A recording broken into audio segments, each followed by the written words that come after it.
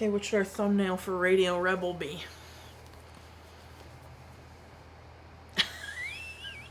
Okay, I'll be like this. No, I'm gonna do... We should do the thing. Oh, Aubrey wanted me to get you a wig so bad, so we could do this.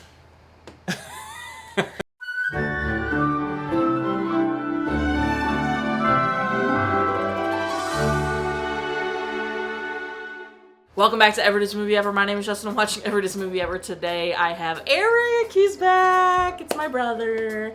And we're going to talk about Radio Rebel. Radio Rebel is a 2012 Disney Channel original movie about a girl who moonlights as a radio disc jockey and how it causes havoc in her personal life. It is directed by Peter Howitt, cinematography by Kamal Derkaoui, editing by Richard Schwadel, music by James Jandrich, and it's written by Erik Patterson and Jessica Scott, based on a book called Shrinking Violet by Daniel Joseph. Couldn't find a summary, so there's no comparison. Debbie Ryan played Tara, who was also Radio Rebel. Sarah Parmar played Audrey. Adam DiMarco played Gavin. And Merritt Patterson played Stacy. They filmed in Canada in the summer of 2011.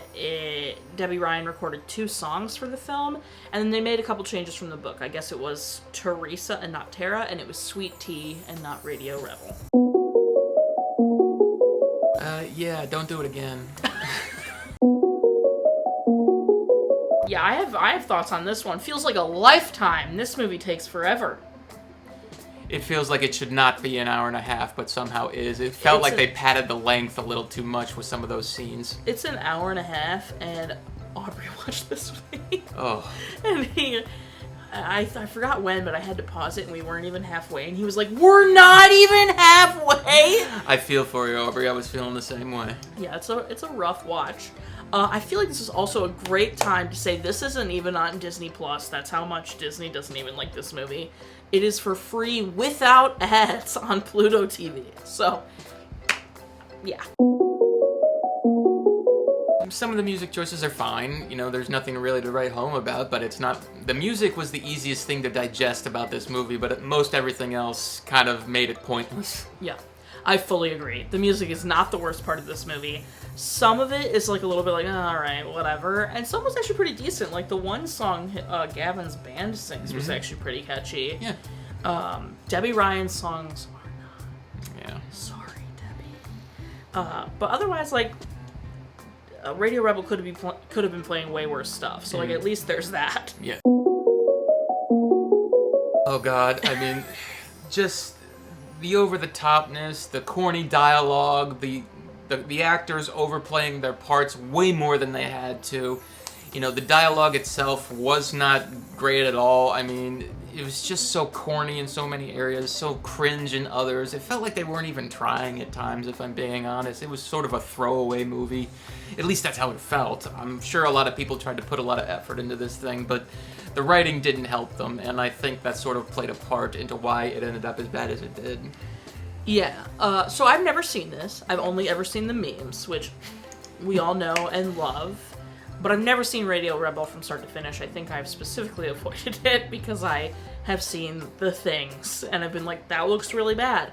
Can confirm, is really bad. I absolutely agree. The dialogue is a crime. It is so not believable, not organic, not real at all. Feels very forced, feels so expository and unnecessary in certain scenes. It's just really gross. And that really just is, like, enough, but then the story is a mess and just not great. Feels like a bunch of commercial people trying to make a movie. Yeah. Morp, stupid. Just say, like, not prom or something. But Morp, dumb. When she used the first Harry Potter movie as an increment of, like, a long time, boo, that hurt. That was mean, okay? To be like, since the first Harry Potter movie, what's that supposed to mean? That's not that long ago. I mean, it is a while ago, but relax.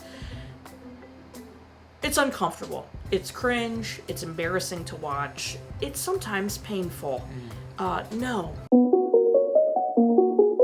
For the most part, no, you know, the some of the people were overplaying their parts so much that it was actually kind of entertaining that way. The girl who wanted to be prom queen so desperately, I was laughing at her the whole time because of how ridiculous her character was.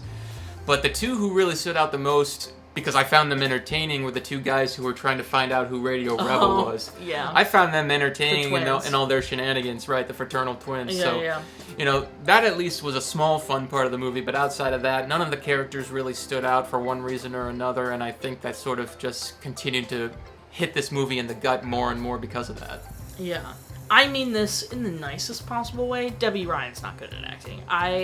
In the few things I've seen her in now, let's see, this would be 3. So I've seen her in 16 Wishes, she was in the Sweet Life movie, and now she's in Radio Rebel. No. I'm sorry. She's an okay singer, so if she found the right label and writer, I feel like she could have that career very well. But, no. Oh my gosh.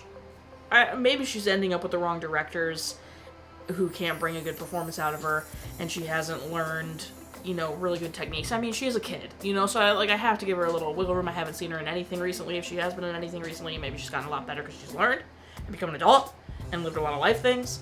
But, oof, the reason you have all these memes is because she's overacting. No one actually makes those faces. Nobody, you know, it's just... It's rough. I feel bad. The fashion sense of a lot of these people were overplayed, and I keep saying this over and over, but, you know, for me... Super 2012. Yes, very much so, and it felt like a movie that was trying to be trendy. I mentioned that at the beginning, and it was throughout the movie. It didn't dial it back at a certain point. It was all the way through, and, you know, that really made it hard to focus on what was happening with the plot or anything else. Do you have a favorite part? Favorite being the operative word here is when they're dancing in the classroom for that first time, and Tara's trying to dance with her crush, and the other girl, Stacey, who didn't want to dance, shoves her out of the way and goes through this wacky dance where I'm just like, what is she doing? That is the whitest dance I've ever seen in my life. Holy cow. So. My favorite part was actually the reveal that Gavin was the sandwich. I think that was the best story thing they did, was making Gavin the dancing sandwich who helped her, so then he actually knew that she was Radio Rebel longer than... I thought that was actually a good part of the story. And you see, that's the thing. There's actually a good movie in there. It was just so horribly executed. Yeah. Least favorite part, the rest. Yes. Yeah. I'd waste way too much time trying to pick out certain parts. So, I'll just leave it at that. It's just any... Yeah. Any of those. It was so bad. Uh-huh. Recommend? Absolutely not. Watch again. No. I put Please Don't Make Me. Yeah, that sums it up perfectly. Specific moments. I didn't even write anything. I just wrote, dude, this is insane. Just now. Yeah, I mean, I hate to admit it, but I almost fell asleep twice watching this movie, but I managed to stay up through the whole thing, and that's an hour and a half I'll never get back. Also, the principal? Oh. Wild. What a ridiculous character. Absolutely not, dude. So unhinged and would never be allowed. And so unrealistic. I was just about to say that. So unrealistic. Aubrey hated it. He at I forgot what point, but he goes, Jess, it hurts. Which killed me. Oh, man. Funny. And then, fun little moment here. Gavin and Stacey kiss, but Gavin and Tara don't. Do you know why? Because Gavin was 20 and Debby Ryan was 17, and Stacey was like 19 or 20, the same age. Okay, well, at least But I think that's like insane to have the actual love interest not kiss, but to let the like villain and not him kiss. So like if he can't kiss the main character because she's underage, don't let them kiss. Anyway, that's why that was happening. Yeah. Do you have anything else to say? Do yourself a favor, ignore this movie ever existed, because everyone else pretty much does. Okay, what would you rate it? Oh god, 1 out of 10. I usually don't give movies that bad of a rating, but it was that bad. Okay, 1, what should we do? Headsets. Oh, headsets, okay. 1 headset, my 3 headsets, because, you know, like, the cinematography, like, wasn't horrible, so I got a 5, right? It was middle of the road. So things bring it up. But yeah, that's going to be 3 headsets out of 10 for me, 1 headset out of 10 for you. Our total movie count is... You start the week of guests. This is the first week of guest video. Way to start strong. Parent Death Toll and Cry Count are still the same. They don't say anything about her dad. So I have no idea if her dad died or left. But they don't say anything about it. Cry Count is definitely the same. I did not cry. No way. Yeah, okay. Follow me on everything. All socials to find out what movie I'm watching when I put it videos every Monday and Friday and sometimes Wednesday. But every day for the week of guests. My mother is having her roof redone. So that's all the noise you hear. And you'll hear it in more week of guest videos. I apologize. It's the only day I could film. Follow you? Good old Twit? Or X, I suppose. I'm going to call it Twitter anyway. Yeah, go follow Erik on Twitter. Thanks for being here. As always, every year. We look forward to the Erik vid. Come on, and you're starting week of guests this year. That's very exciting, very exciting. Okay, buy merch. Merch is great, merch is grand. It's got a cast on the back. Join Patreon. Enter the giveaway. I haven't said that in any video. There's a giveaway. Go enter it. It's almost over.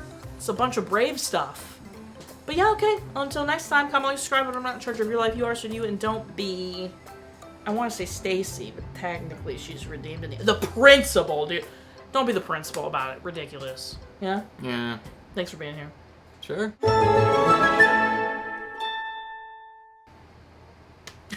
Both of us just wave. I love that you had to watch a bad movie. I'm sorry. Well, it was bound to happen sooner or later.